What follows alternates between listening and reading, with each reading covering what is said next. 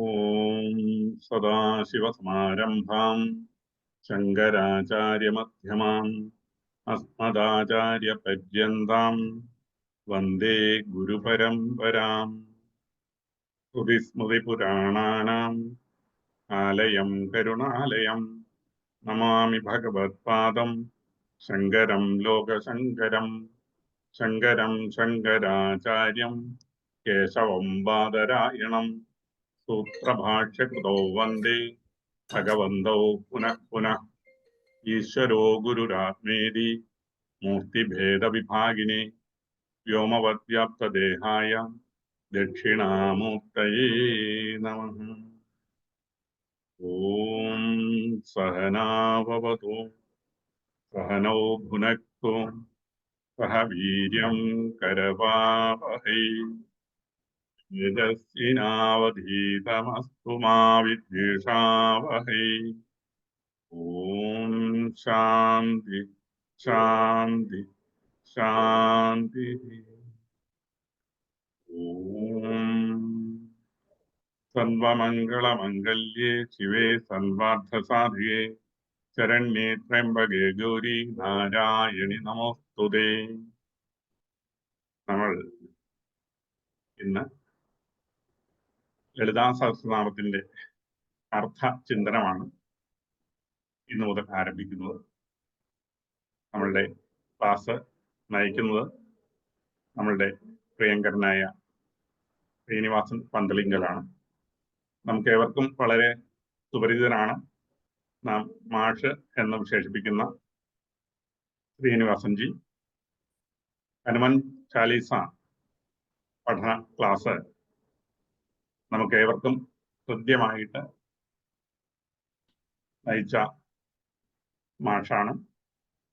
ലളിതാ സഹസ്രനാമത്തിന്റെ ക്ലാസ്സും നയിക്കുന്നത്. ഓരോ പുരാണങ്ങളിലാണെങ്കിലും സ്തോത്രങ്ങളിലും എല്ലാം ഇതെല്ലാം മനുഷ്യന്റെ നന്മയ്ക്ക്, ലോക നന്മയ്ക്ക് വേണ്ടിയിട്ടാണ് ആചാര്യന്മാർ വിഭാവനം ചെയ്തിട്ടുള്ളത്. അപ്പോൾ ഈ സ്തോത്രങ്ങളിൽ ലളിതാ സഹസ്രനാമം എന്ന് പറയുന്നത് ഒരു സ്തോത്രമാണ്. ആ സ്തോത്രങ്ങളിൽ അത് സാധാരണക്കാർക്ക് വളരെ എളുപ്പം ഗ്രാഹ്യമാകുന്ന വിധത്തിലാണ് ആചാര്യന്മാർ ഇതിനെ വിഭാവനം ചെയ്തിട്ടുള്ളത്. അതെന്തുകൊണ്ടാണ് സാധാരണക്കാർക്ക് വളരെ എളുപ്പത്തിൽ മനസ്സിലാകുന്ന തരത്തിൽ, അല്ലെങ്കിൽ സാധാരണക്കാരെ ഉദ്ദേശിച്ച് ലോക നന്മയെ ലക്ഷ്യമാക്കിക്കൊണ്ട് ആചാര്യന്മാർ ഇത്തരത്തിൽ വിഭാവനം ചെയ്തിരിക്കുന്നു എന്നുള്ളതാണെങ്കിൽ, ഇതിലെല്ലാം വളരെ രഹസ്യമായിട്ട് ചില മന്ത്രങ്ങൾ അടങ്ങിയിട്ടുണ്ട്. ലളിതാ സഹസ്രനാമം എന്നുള്ളത് ശ്രീവിദ്യ മന്ത്രത്തിന്റെ വിശദമായിട്ടുള്ള ഒരു വിഭാവനമാണ്.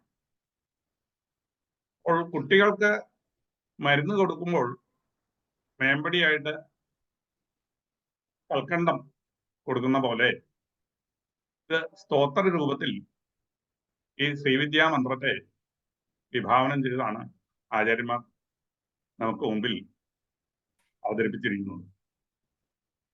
അപ്പോൾ ഇതിലെ ഈ ലളിതാ സഹസ്രനാമത്തിന്റെ, അല്ലെങ്കിൽ ലളിതാ സഹസ്രനാമത്തിൽ അന്തർഗതമായിട്ടുള്ള ആ മന്ത്രം, അത് സാധാരണക്കാരന് വളരെ എളുപ്പത്തിൽ, അല്ലെങ്കിൽ അവന്റെ ആ ആത്മീയ ചൈതന്യത്തെ വളരെ എളുപ്പത്തിൽ ഉയർത്തിക്കൊണ്ടുവരാൻ പര്യാപ്തമാണ്. അതാണ് സത്സംഗങ്ങളിൽ കൂടിയും ആചാര്യന്മാർ വിഭാവനം ചെയ്യുന്നത്. ഇപ്പോൾ ഏതെങ്കിലും ഒരു മന്ത്രം ഉപാസിക്കുക, മന്ത്രദീക്ഷ വരുത്തുക, പുരസ്ചരണം ചെയ്യുക എന്നുള്ളതെല്ലാം അത് വളരെ ഗഹനമായിട്ടുള്ള കാര്യങ്ങളാണ്.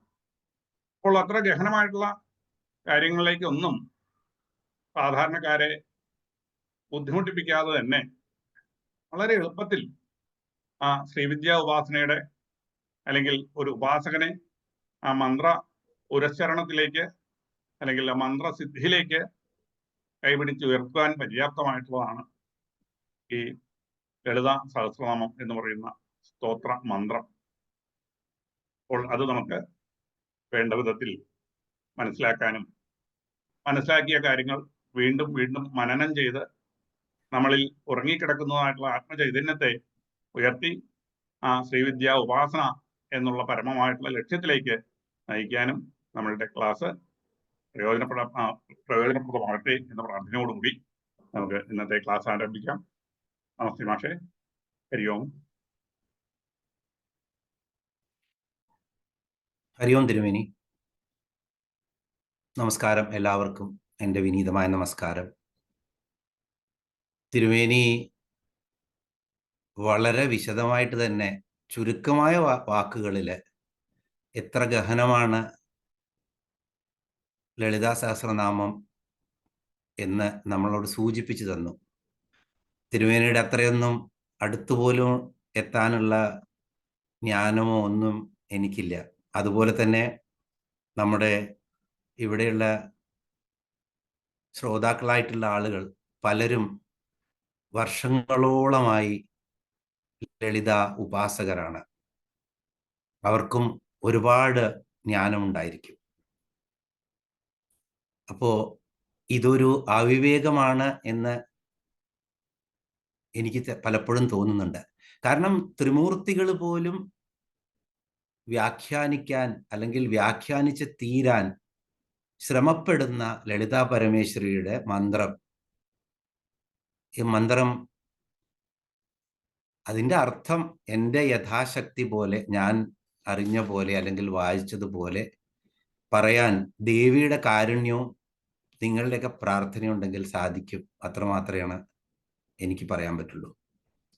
ഇത് തിരുമേനിയുടെ പ്രചോദനം കാരണമാണ് ഞാൻ വീണ്ടും ഈ ഒരു ശ്രമത്തിന്, വളരെ ദുഷ്കരമായ ഒരു ശ്രമത്തിന് മുതിരുന്നത്. എന്നിൽ എന്തെങ്കിലും അർത്ഥപിശകുകളോ വാക്കുകൾക്ക് തെറ്റോ മറ്റോ സംഭവിച്ചു പോയി കഴിഞ്ഞാൽ എല്ലാവരും ക്ഷമിക്കണം, അമ്മയോടും ക്ഷമിക്കാൻ പറയണം എന്ന് ഞാൻ ഒരിക്കൽ കൂടി അഭ്യർത്ഥിക്കുന്നു. നമുക്ക് ആദ്യം ഒരു വന്ദന ശ്ലോകം ചൊല്ലാം. ഗജാനനം ഭൂതഗണാതിസേവിതം കപിത്തജംഭൂബലസാരഭക്ഷിതം ഉമാസുതം ശോകവിനാശകാരണം നമാമി വിഘ്നേശ്വര പാദപങ്കജം. ഗുരുർബ്രഹ്മാ ഗുരുർവിഷ്ണു ഗുരുർദേവോ മഹേശ്വര ഗുരു സാക്ഷാത് പരബ്രഹ്മ തസ്മൈ ശ്രീ ഗുരവേ നമഃ. വന്ദേ ശംഭുമാപതിം സുരഗുരും വന്ദേ ജഗത്കാരണം വന്ദേ പന്നഗഭൂഷണം മൃഗധരം വന്ദേ പശൂനാം പതിം വന്ദേ സൂര്യശശാങ്കവന്യനയനം വന്ദേ മുകുന്ദപ്രിയം വന്ദേ ഭക്തജനാഞ്ജമുദവരദം വന്ദേ ശിവം ശങ്കരം. ഓം നമഃ ശിവായ. സർവമംഗളമാംഗല്യേ ശിവേ സർവാർത്ഥസാധികേ ശരണ്യേ ത്രംബകേ ഗൗരി നാരായണീ നമോസ്തുതേ. അമേ ദേവി മഹാമായേ. വെള്ളപ്പളുങ്കു നിറമൊത്ത വിദഗ്ധരൂപി കള്ളം കളഞ്ഞു കമലത്തിലെഴുന്ന ശക്തി വെള്ളത്തിലെ തിരകൾ തള്ളിവരും കണക്കെന്നുള്ളത്തിൽ വന്ന് വിളയാടുക സരസ്വതീ നീ. ദേവി മഹാമായെ കാത്തുരക്ഷിക്കണേ. ആപതി കിം കരണീയം സ്മരണീയം ചരണയുഗളം അമ്പായ. ഇതാണ് നമ്മൾ ചെറുപ്പകാലം മുതലേ കേട്ടിരിക്കുന്നത്. എപ്പോ എന്ത് ആപസ്മരണയുണ്ടെങ്കിലും സ്വന്തം മാതാവായാലും ജഗജ്ജനനിയായ ത്രിപുരസുന്ദരിയായ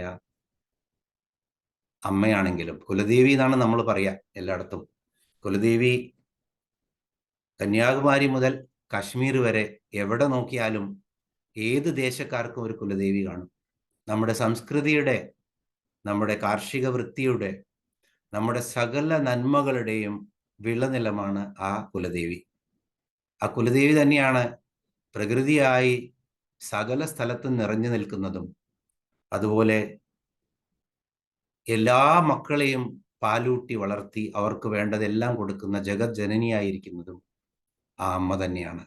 അപ്പോൾ ഈ ലളിതാ പരമേശ്വരി എന്ന് പറഞ്ഞു കഴിഞ്ഞാൽ സാക്ഷാൽ ജഗജ്ജനനിയായ ഈ ലളിതാ പരമേശ്വരിയുടെ ഏറ്റവും നമുക്ക് ഉപാസനയ്ക്ക് ഏറ്റവും വളരെ ലളിതമായതാണ് ഈ ലളിതാ സഹസ്രനാമ സ്തോത്രം.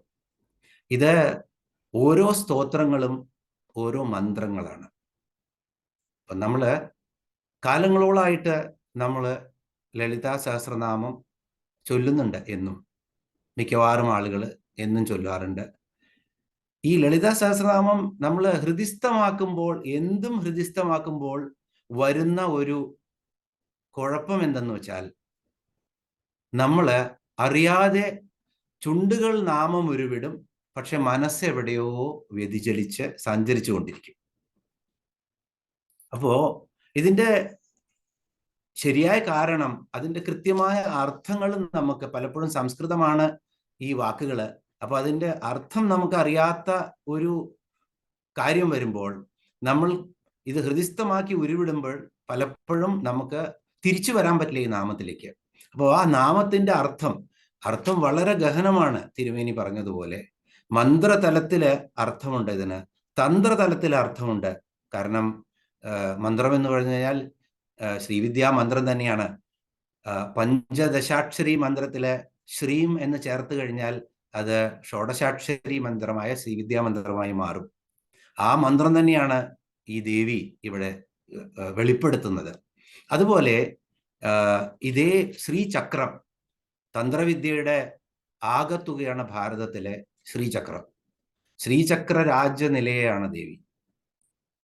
ശ്രീപുരത്തിൽ ദേവി വസിക്കുന്നത് തന്നെ ശ്രീചക്ര രാജനിലയായിട്ടാണ്. അതുപോലെ തന്നെ ചിദഗ്നികുണ്ട സംഭൂത, ചിദഗ്നിയിൽ നിന്നും നമുക്ക് പറയാം, നമ്മൾ അങ്ങോട്ട് എത്തുമ്പോൾ ഉത്ഭവിച്ചു വരുന്ന, ഉയർന്നെഴുന്നേറ്റ് വരുന്ന ദേവി ആദ്യം ഒരു ശ്രീചക്രത്തിലാണ്, അതിന്റെ മധ്യത്തിലാണ് ദേവിയെ കാണുന്നത്. അപ്പൊ തന്ത്രവിദ്യക്ക് വളരെ വളരെ അത് പല ശ്ലോകങ്ങളിലും ആ തന്ത്രവിദ്യ വരും. അതുപോലെ കുണ്ടലിനി, നമ്മുടെ കുണ്ടലിനി വിദ്യയെ മുഴുവൻ, ഒരു മനുഷ്യന്റെ മൂലാധാര ചക്രത്തിലിരിക്കുന്ന അദ്ദേഹം പ്രാണനെ സഹസ്രാരത്തിലേക്ക് എത്തിക്കാനുള്ള ശക്തി ലളിതാ സഹസ്രനാമത്തിലുണ്ട്. അതും നമ്മൾ കാണും ആ നാമങ്ങൾ വരുമ്പോൾ. അപ്പോ മന്ത്രവിദ്യ ആയാലും തന്ത്രവിദ്യ ആയാലും, അതുപോലെ വേദത്തിലെ വേദ മാതാവായ ഗായത്രി ലളിതാ പരമേശ്വരി തന്നെയാണ്. അപ്പോ വേദ അർത്ഥമുള്ള പല തലങ്ങളും ഈ ലളിതാ സഹസ്രനാമത്തിലുണ്ട്. അങ്ങനെ എല്ലാ വിധത്തിലും ഒരു സാധകന് ഏത് വിധത്തിൽ വേണോ ആ വിധത്തിൽ ലളിതാ സഹസ്രനാമം നമുക്ക് മുക്തി. എന്തിനാണ് നമ്മൾ സത്സംഗം ചെയ്യുന്നത്? സത്സംഗം ഇത് ഞാൻ ഒരു പ്രഭാഷണമോ അല്ലെങ്കിൽ ഒരു പഠന ക്ലാസ്സോ ഒന്നുമല്ല. അറിയുന്ന നമ്മളെല്ലാവരും കൂടി നമ്മൾക്ക് അറിയുന്നത് ചർച്ച ചെയ്ത് നമ്മളുടെ എന്താ പറയുക, നമ്മുടെ അകക്കാമ്പിലിരിക്കുന്ന ആ ദൈവത്തെ അല്ലെങ്കിൽ ആ ദൈവ ചൈതന്യത്തെ ഒന്ന് പോളിഷ് ചെയ്തെടുക്കുക എന്നാണ് പറയുക, ഒന്ന് മിനുക്കിയെടുക്കുക. അങ്ങനെ ഈ പ്രകൃതിയിൽ നിറഞ്ഞു നിൽക്കുന്ന ആ ദൈവ ചൈതന്യം തന്നെയാണ് ഞാൻ എന്ന്, ശരീരമല്ല ഞാൻ എന്നുള്ള അവസ്ഥയിൽ എത്തുമ്പോഴാണ് നമ്മൾ മൃത്യു എന്ന് പറയുന്ന ആ എന്നും രോഗവും മൃത്യുമായിട്ടുള്ള ശരീരത്തിനോടുള്ള ആസക്തി കുറഞ്ഞ് നമുക്ക് ജീവൻ മുക്തനാവാനുള്ള ഒരു വഴി കണ്ടെത്തുക. അപ്പോ എല്ലാ മോക്ഷം എന്നുള്ളത് വളരെ ഒരു വ്യാപുലമായിട്ടുള്ള ശബ്ദമാണ്. ആദ്യം വിപുലമായ ശബ്ദമാണ്. ആദ്യം നമുക്ക് പതുക്കെ പതുക്കെ പതുക്കെ ആ രൂപങ്ങൾ മനസ്സിൽ വരണം. ഞാൻ അടുത്ത കാലത്ത് പറയുണ്ടായി, നോച്ചൂർ എപ്പോഴും പറയും, നോച്ചൂർ സന്യാസം സ്വീകരിച്ച അദ്ദേഹം, സ്വപ്നത്തിൽ നമുക്ക് ദൈവദർശനം കിട്ടാൻ തുടങ്ങണത്രേ, അപ്പോഴാണ് നമ്മള് ഭഗവാനോട് അടുത്ത് തുടങ്ങുള്ളൂ എന്നുള്ളതാണ്. അപ്പൊ സദാ മന്ത്രം ജപിക്കുക, സത്സംഗം ചെയ്യുക. ശങ്കരാചാര്യ സ്വാമികൾ പറഞ്ഞത് എന്താണ്? ആദ്യത്തെ ശ്ലോകത്തിൽ തന്നെ നഹി നഹി രക്ഷതി ഡുഗ്രിന്യ കരണേ, വ്യാകരണം പഠിച്ചിട്ടോ പണ്ഡിതനായിട്ടോ ഒന്നും കാര്യമില്ല എന്നാണ് പറയുന്നത്. അപ്പോ ഒന്നും അറിയാതെ ജപിച്ചാലും മുക്തി കിട്ടും, ഇല്ല എന്ന് പറയുന്നില്ല. പക്ഷെ ആ ലെവലിലെത്താൻ നമുക്ക് ഒരുപാട് ബുദ്ധിമുട്ടാണ്. അറിഞ്ഞുകൊണ്ട് ജപിച്ചു കഴിഞ്ഞാൽ കൂടുതൽ അടുപ്പം വരും, നമുക്ക് ആ രൂപം മനസ്സിൽ പതിയും. അങ്ങനെ ഈ സത്സംഗങ്ങൾ തന്നെ, സത്സംഗത്വേ നിസ്സംഗത്വം, നിസ്സംഗത്വേ നിർമോദത്വം, നിർമോദത്വേ നിശ്ചലതത്വം, നിശ്ചലതത്വേ ജീവൻ മുക്തി, ഒരു സീരീസാണ്, ഒരു ശൃംഖലയാണ് സത്സംഗം കൊണ്ട്. എവിടെ സത്സംഗം കിട്ടുന്നുവോ, ഒരു നിമിഷം പോലും സത്സംഗമില്ലാത്ത ഒരു സ്ഥലത്ത് തങ്ങരുതെന്നാണ് രാമനോട് യോഗ വാസിഷ്ഠത്തില് വസിഷ്ഠൻ ഉപദേശിക്കുന്നത്. 24,000 ശ്ലോകങ്ങളേ ഉള്ളൂ വാത്മീകി രാമായണത്തില്. അതേസമയത്ത് യോഗ വാസിഷ്ഠത്തില് 40,000 ശ്ലോകങ്ങളുണ്ട്. എല്ലായിടത്തും ഭാരതത്തിൽ മുഴുവൻ എല്ലാ യാത്രയും നടത്തി തിരിച്ചു വരുന്ന രാമന് മനസ്സിന് അപ്പോഴും ശാന്തതയില്ലാത്തപ്പോൾ വസിഷ്ഠന് ഉപദേശിച്ചു കൊടുക്കുന്നതാണ് യോഗാവാസിഷ്ടം. വളരെ ബൃഹത്തായിട്ടുള്ളതാണ് യോഗാവാസിഷ്ടം. അപ്പോൾ സത്സംഗം എവിടെയില്ലയോ അവിടെ ഒരു ദിവസം പോലും തങ്ങരുത് എന്നാണ് പറയുന്നത്. ഭഗവത് സ്മരണയില്ലാത്ത ഒരു ദിവസം പോലും ഉണ്ടാവരുത് നമ്മുടെ ജീവിതത്തില്, അല്ലെങ്കിൽ ഒരു മണിക്കൂർ പോലും ഉണ്ടാവരുത്. എന്ത് കാര്യം ചെയ്യുമ്പോഴും ഞാനല്ല ഇത് ചെയ്യുന്നത്, ഇത് സാക്ഷാൽ അത് നല്ല കാര്യമാണെങ്കിലും മോശമായ കാര്യമാണെങ്കിലും നമുക്ക് വരുമ്പോഴും സാക്ഷാൽ ഭഗവാനാണ്, ഈ പ്രപഞ്ചം നിറഞ്ഞു നിൽക്കുന്ന ആ ചൈതന്യമാണ് ഇത് ചെയ്യുന്നതെന്ന് അറിയണം. അതുകൊണ്ടുള്ള ഒരു വഴിയാണ് ഈ ലളിതാ സഹസ്രനാമ പഠനവും അതുപോലെ തന്നെ ലളിതാ പരമേശ്വരിയെ ധ്യാനിക്കുന്നത് കൊണ്ട് നമുക്ക് ആ പുരുഷാർത്ഥത്തിലൂടെ നമ്മുടെ മുക്തിയിലേക്ക് നമുക്ക് പോകാം എന്നുള്ള ഒരു ഉദ്ദേശം കൂടിയുണ്ട് ഇതുപോലുള്ള സത്സംഗങ്ങൾക്ക്. അപ്പോൾ നമ്മുടെ സഹസ്രനാമങ്ങളിലെ രാജ്ഞിയാണ് ലളിതാ സഹസ്രനാമം എന്നാണ് പറയുന്നത്. നമുക്ക് പരിചയമുള്ളത് വിഷ്ണു സഹസ്രനാമം, ലളിതാ സഹസ്രനാമം, അതുപോലെ പിന്നെ ശിവസഹസ്രനാമം. ഇത് മൂന്നുമാണ്. പിന്നെയും സഹസ്രനാമങ്ങളുണ്ട്. അയ്യപ്പന് സഹസ്രനാമമുണ്ട്, കാർത്തികേയ ഭഗവാൻ സഹസ്രനാമമുണ്ട്. പക്ഷേ ഇതിലൊക്കെ രാജ്ഞിയായി വാഴുന്നതാണ്. കാരണം മന്ത്രതന്ത്ര വൈദിക ശാസ്ത്രങ്ങളുള്ള നാമങ്ങളാണ്. ഓരോ നാമങ്ങളും ഓരോ മന്ത്രങ്ങളാണ്. അതാണ് ലളിതാ സഹസ്രനാമത്തിന്റെ പ്രത്യേകത. ഒരു മന്ത്രങ്ങളും ആവർത്തിച്ചു വരുന്നില്ല. പല സഹസ്രനാമങ്ങളിലും ഒരേ മന്ത്രത്തിന്, ഒരേ നാമങ്ങൾക്ക് തന്നെ പല അർത്ഥങ്ങളുണ്ട്. ഇവിടെ ഒരു നാമങ്ങളും ആവർത്തിച്ചു വരുന്നില്ല. 2 അക്ഷരം മുതൽ തുടങ്ങി 16 അക്ഷരം വരെയുള്ള വലിയ ശ്ലോകങ്ങളായിട്ടുള്ള അക്ഷരങ്ങളുണ്ട്. അപ്പോൾ ഇത് വായിക്കുമ്പോൾ നമ്മൾ ശ്രദ്ധിച്ച് ഇതൊന്ന് പഠിച്ചു കഴിഞ്ഞാൽ നമുക്ക് അർത്ഥം വ്യക്തമായി വരും പല ശ്ലോകങ്ങളും ചൊല്ലുമ്പോൾ. അപ്പോൾ നമ്മൾ ബൈഹാർട്ടാക്കുമ്പോഴും ആ ദേവിയുടെ പെട്ടെന്ന് നമ്മുടെ മനസ്സിൽ, ഇപ്പോൾ ഒരു കാമേശബദ്ധ മാംഗല്യ സൂത്രശോഭിത കന്ധര ഒരൊറ്റ ശ്ലോകമാണ്. അപ്പോൾ നമുക്ക് പെട്ടെന്ന് ഓർമ്മ വരും കാമേശ്വരനാൽ താലി ചാർത്തപ്പെട്ടിട്ടുള്ള കഴുത്തുള്ള ദേവി എന്നുള്ള ആ മംഗലസൂത്രമുള്ള ദേവി എന്നുള്ളത് നമുക്ക് പെട്ടെന്ന് ഓർമ്മ വരുമ്പോൾ നമ്മൾ ശിവനെയും ദേവിയൊക്കെ ഓർത്ത് അവിടെ എത്തും. വീണ്ടും നമ്മുടെ മനസ്സ് അവിടെയും ഇവിടെയും വ്യാപിക്കാതെ, വീണ്ടും വ്യാപരിക്കാതെ തിരിച്ച് നമ്മൾ എന്ത് അർത്ഥത്തിലാണോ ചൊല്ലുന്നത് അവിടെ എത്തും. അപ്പൊ അതുകൊണ്ടാണ് അർത്ഥമറിഞ്ഞ് പഠിക്കാൻ നമുക്കൊന്ന് ശ്രമിക്കാം എന്ന് പറയുന്നത്. അപ്പോ ശക്തി സ്വരൂപിണിയാണ് ദേവി, പ്രപഞ്ച മാതാവാണ് ദേവി, സാക്ഷാൽ ജഗദംബികയാണ് ദേവി. ഈ ദേവിയുടെ നാമങ്ങള് വശിന്യാദി ദേവതകള് എന്ന് പറഞ്ഞാൽ വാഗ്ദേവതകളാണ് അവര്. വാണിയുടെയും 8 ദേവതകളാണ് അവര്. നമുക്ക് പിന്നീട് കാണാം ആരാണ് 8 പേര് എന്നൊക്കെ. ഈ വാഗ്ദേവതകള് ദേവിയുടെ തന്നെ നിർദ്ദേശപ്രകാരം രചിച്ചതാണ്. രചിച്ചതിന് ശേഷം ത്രിമൂർത്തികളുടെ സന്നിധിയിൽ വെച്ചിട്ട് വശിന്യാദി ദേവതകളോട് തന്നെ പറയാണ്, നിങ്ങൾ ഇത് പാടി കേൾപ്പിക്കുമെന്ന്. അങ്ങനെ അവര് തന്നെ അത് ആ മന്ത്രങ്ങൾ ജപിച്ച് കേൾപ്പിക്കുന്ന ആ സന്ദർഭമാണ് ഇവിടെ. അങ്ങനെയാണ് നമുക്ക് ഈ ലളിതാ സഹസ്രനാമം കിട്ടുന്നത്. ലളിതാ സഹസ്രനാമം എവിടെയാണെന്ന് ചോദിച്ചാൽ, ബ്രഹ്മാണ്ഡ പുരാണം, നമ്മുടെ 18 പുരാണങ്ങളില് ഏറ്റവും പുരാതനമായിട്ടുള്ള പുരാണമാണ് ബ്രഹ്മാണ്ഡ പുരാണം. ബ്രഹ്മാണ്ഡ പുരാണത്തില് 18,000 ശ്ലോകങ്ങളാണ്. ഏറ്റവും വലിയ പുരാണം പിന്നെ 44,000 ശ്ലോകങ്ങളുള്ള കാർത്തികേയ ഭഗവാന്റെ ലീലകളൊക്കെ വിവരിക്കുന്ന പുരാണമാണ്. ബാക്കിയെല്ലാം 18,000 മുതൽ അല്ലെങ്കിൽ 14,000 മുതൽ 24,000 വരെ ശ്ലോകങ്ങളാണ് ബാക്കിയെല്ലാ ഈ 17 പുരാണങ്ങളിലും ഉള്ളത്. ഇത് ബ്രഹ്മാണ്ഡ പുരാണത്തിൽ നിന്നാണ് എടുത്തിരിക്കുന്നത്. ബ്രഹ്മാണ്ഡ പുരാണത്തില് 40 ദശകങ്ങളുള്ള അല്ലെങ്കിൽ അധ്യായങ്ങളുള്ള ലളിതോപാഖ്യാനം എന്നുള്ള ഒരു ഭാഗമുണ്ട് ബ്രഹ്മാണ്ഡ പുരാണത്തില്. അവിടെ വിശദമായിട്ട് ലളിതാ പരമേശ്വരിയുടെ ആവിർഭാവം, അത് കഴിഞ്ഞ് അവരുടെ ശക്തി, ഭണ്ഡാസുരനെ വധിക്കുന്നത്, അത് കഴിഞ്ഞ് എല്ലാവരും കൂടി ലളിതാ പരമേശ്വരിയെ രാജ്ഞിയാക്കിയിട്ട് ശ്രീ മഹാരാജ്ഞി, അങ്ങനെ രാജ്ഞിയാക്കി, ഈ പ്രപഞ്ചത്തിന്റെ രാജ്ഞിയാക്കിയിട്ട് എല്ലാ ദേവതകളും അവരെ ആരാധിക്കുന്ന ആ രംഗം വരെയാണ് ഈ ലളിതോപാഖ്യാനം. ഈ ലളിതോപാഖ്യാനം മനസ്സിലാക്കിയ അഗസ്ത്യമുനി ഹയഗ്രീവനായ വിഷ്ണു ഭഗവാന്റെ അവതാരമായ ഹയഗ്രീവനോട് ഹയഗ്രീവ ഭഗവാനോട് പറയാണ്, ഇതെല്ലാം ഞാൻ കേട്ടു, എനിക്ക് മനസ്സിലാക്കി തന്നു.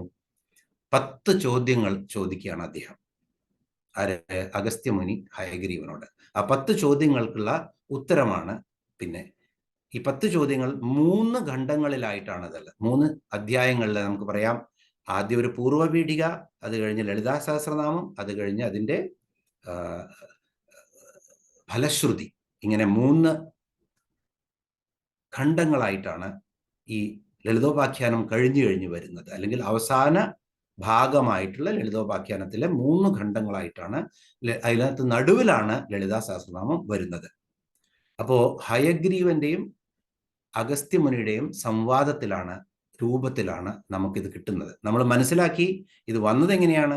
വശിന്യാദി മുനി ദേവികളോട് ദേവി തന്നെ പറഞ്ഞ് തൻ്റെ സഹസ്രനാമം മന്ത്രരൂപത്തിൽ ചിട്ടപ്പെടുത്തി എടുക്കുന്നതാണ് അവര്. അപ്പോ ദേവിയുടെ തന്നെ ആജ്ഞ അനുസരിച്ച് ആണ് ഈ ലളിതാ സഹസ്രനാമം ഉണ്ടാക്കിയിരിക്കുന്നത്, അല്ലെങ്കിൽ നിർമ്മിക്കപ്പെട്ടിരിക്കുന്നത്. അപ്പോ ഇത് ഇച്ഛാശക്തി, അതുപോലെ തന്നെ ക്രിയാശക്തി, ജ്ഞാനശക്തി, ഈ 3 ശക്തികളുടെയും സ്വരൂപമാണ് ദേവി. ആ ദേവിയുടെ 1000 നാമങ്ങളാണ് ഇവിടെ. ആ 1000 നാമങ്ങള് നമ്മള് ജപിക്കുമ്പോൾ അതിന്റെ പശ്ചാത്തലം അറിഞ്ഞു കഴിഞ്ഞാൽ നമുക്കറിയാൻ പറ്റും ലളിതാ പരമേശ്വരി എന്തിനവതരിച്ചു എന്നുള്ളത്. അപ്പോ അഗസ്ത്യമുനിയും മഹാമുനിയാണ് അഗസ്ത്യൻ. അഗസ്ത്യമുനിയുടെ ആ പേര് തന്നെ അകത്തെ സ്തംഭിപ്പിച്ചവനാണ് അഗസ്ത്യൻ. അകം എന്ന് പറഞ്ഞാൽ പർവ്വതം. അതുപോലെ അകം വിന്ധ്യാചല പർവ്വതം വളർന്നുകൊണ്ടേയിരിക്കുകയായിരുന്നു അത്ര. അങ്ങനെ വളരെ വളർന്നുകൊണ്ടിരിക്കുന്ന വിന്ധ്യാചല പർവ്വതം കൊണ്ട് സൂര്യന് പോലും തൻ്റെ ഗതി മുട്ടി പോവാൻ പറ്റാണ്ട് സഞ്ചാരഗതി സൂര്യന്റെ പോലും തടയപ്പെട്ടു എന്നാണ് പറയുന്നത്. എന്നും വളർന്നുകൊണ്ടിരിക്കുകയാണ്. അങ്ങനെ ഇന്ദ്രൻ പരമേശ്വരനെ സമീപിക്കുന്നു. പരമേശ്വരൻ അഗസ്ത്യമുനിയെ പറഞ്ഞയക്കുകയാണ്. അഗസ്ത്യമുനിയോട് പറയാണ്, ഹിമാലയത്തിൽ നിന്നും ദക്ഷിണദേശത്തേക്ക് പോകൂ. കാരണം വിന്ധ്യാചലം ദക്ഷിണദേശത്താണ്. അങ്ങനെ ദക്ഷിണദേശത്തേക്ക് അദ്ദേഹത്തെ പറഞ്ഞയക്കുകയാണ്. അവിടെ ചെന്ന്, ചെറിയ മനുഷ്യനാണ്, ചെറിയ മുനിയാണ്, മഹാ തപസ്വിയാണ്, എന്നാലും വലിപ്പം കുറവാണ് അഗസ്ത്യമുനിക്ക്. അഗസ്ത്യമുനി അഭ്യർത്ഥിക്കുകയാണ്, അല്ലെങ്കിൽ പറയുകയാണ് വിന്ധ്യാചലത്തിനോട്, ഒന്ന് കുനിഞ്ഞു തരൂ എനിക്ക്, നടന്ന് ഞാനൊരു കാൽപാദം എടുത്തു വെച്ച് പോകട്ടെ എന്ന്. അങ്ങനെ വിന്ധ്യാചലം തൻ്റെ ശിരസ് കുനിച്ച് നിൽക്കുകയാണ്. ആ കുനിഞ്ഞ ശിരസിലൂടെ അപ്പുറത്തേക്ക് കിടക്കുക. അപ്പോൾ അഗസ്ത്യമുനി പറഞ്ഞു അത്രേ, ഞാൻ തിരിച്ചു വരുന്നത് വരെ ഇതേപോലെ ഇരിക്കണം, ഇനി പൊങ്ങാൻ പാടില്ല. വന്നതിന് ശേഷമാണ് ഞാൻ ഹിമാലയത്തിലേക്ക് തിരിച്ചു പോരുന്നത് വരെ ഇങ്ങനെ ഇരിക്കണം. അന്ന് പോയ അഗസ്ത്യമുനി തിരിച്ചു വന്നിട്ടില്ല എന്നാണ് പറയുന്നത്. അങ്ങനെ ഗർവം, ഈ എന്താ പറയുക, അകത്തിന്റെ അല്ലെങ്കിൽ വിന്ധ്യാചല പർവ്വതത്തിന്റെ ഗർവം ശമിപ്പിച്ച അഗസ്ത്യമുനിയുടെ പേര് തന്നെ അതിൽ നിന്നാണ് വന്നിരിക്കുന്നത്.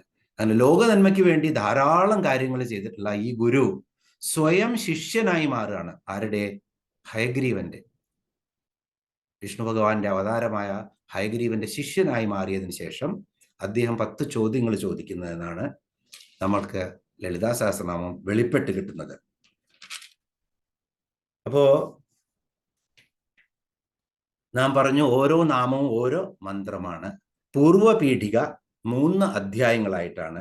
അപ്പൊ നമുക്ക് അഗസ്ത്യമുനിയെ പറ്റി അറിയണം, അത് നമ്മൾ അറിഞ്ഞു. ഹയഗ്രീവനെ പറ്റി നമുക്കറിയാം, ഹയഗ്രീവമൂർത്തി വിഷ്ണുവിന്റെ അവതാരമാണെന്ന്. ഇനി നമുക്ക് അറിയേണ്ടത് ലളിതാ പരമേശ്വരി എങ്ങനെ അവതരിച്ചു അല്ലെങ്കിൽ എന്തിന് അവതരിച്ചു എന്നതാണ്. അപ്പോ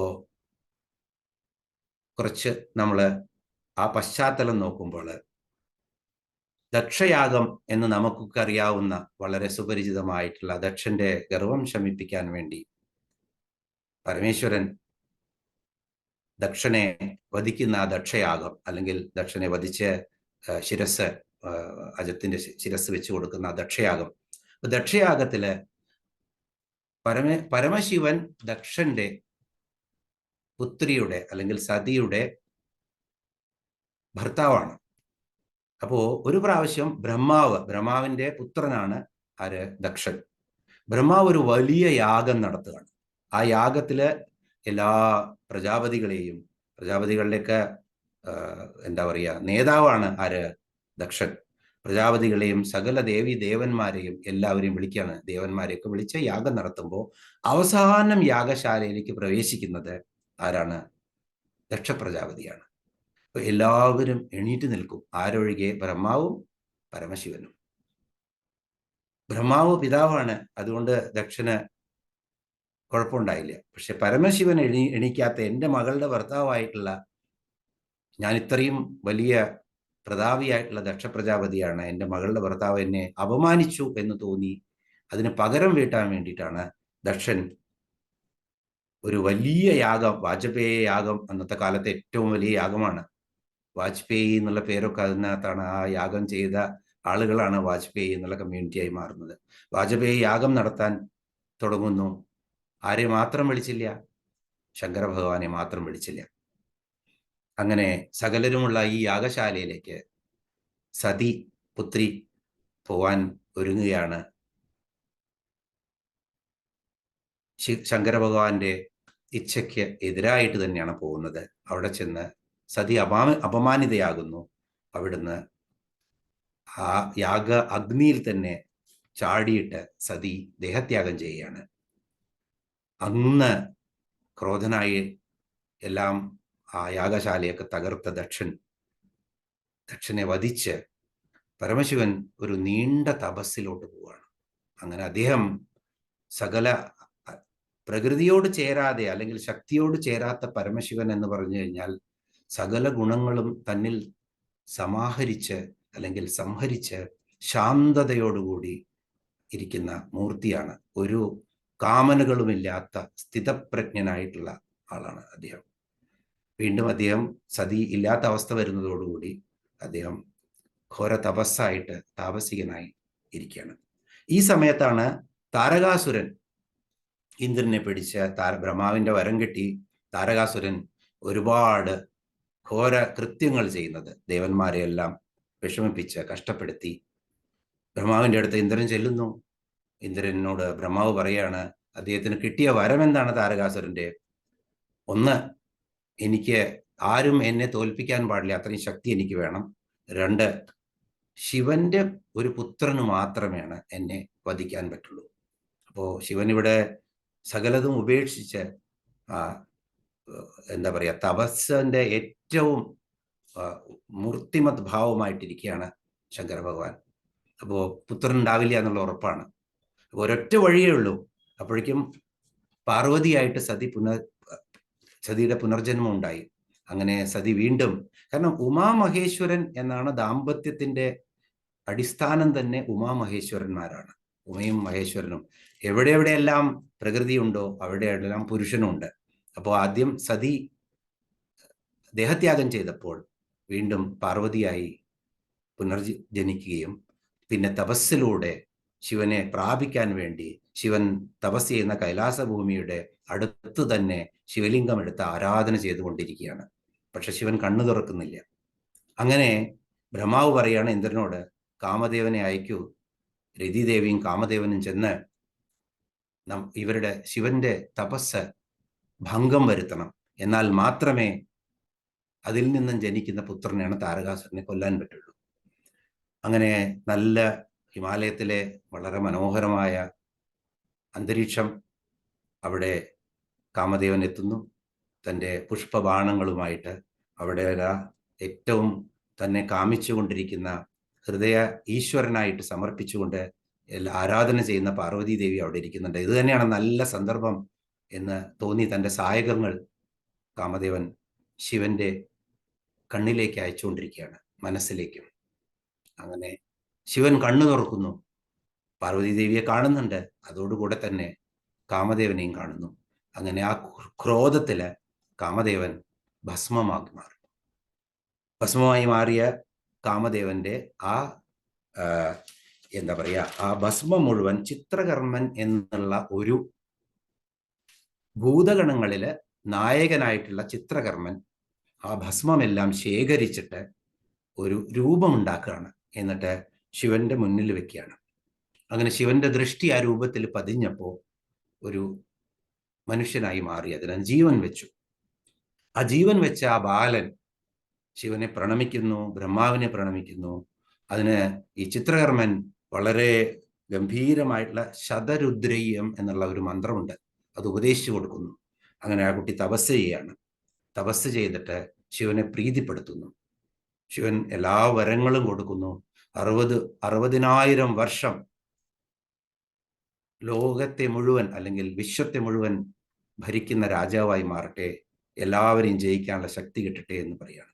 അപ്പോ 2 വരങ്ങളും അദ്ദേഹം ചോദിക്കും. ഒന്ന്, ആരെന്നെ നേരിടാൻ വന്നാലും, ആരും എന്നെ തോൽപ്പിക്കരുത്, ആരെന്നെ നേരിടാൻ വന്നാലും അവരുടെ പകുതി ശക്തി എനിക്ക് വേണമെന്നുള്ളതാണ്.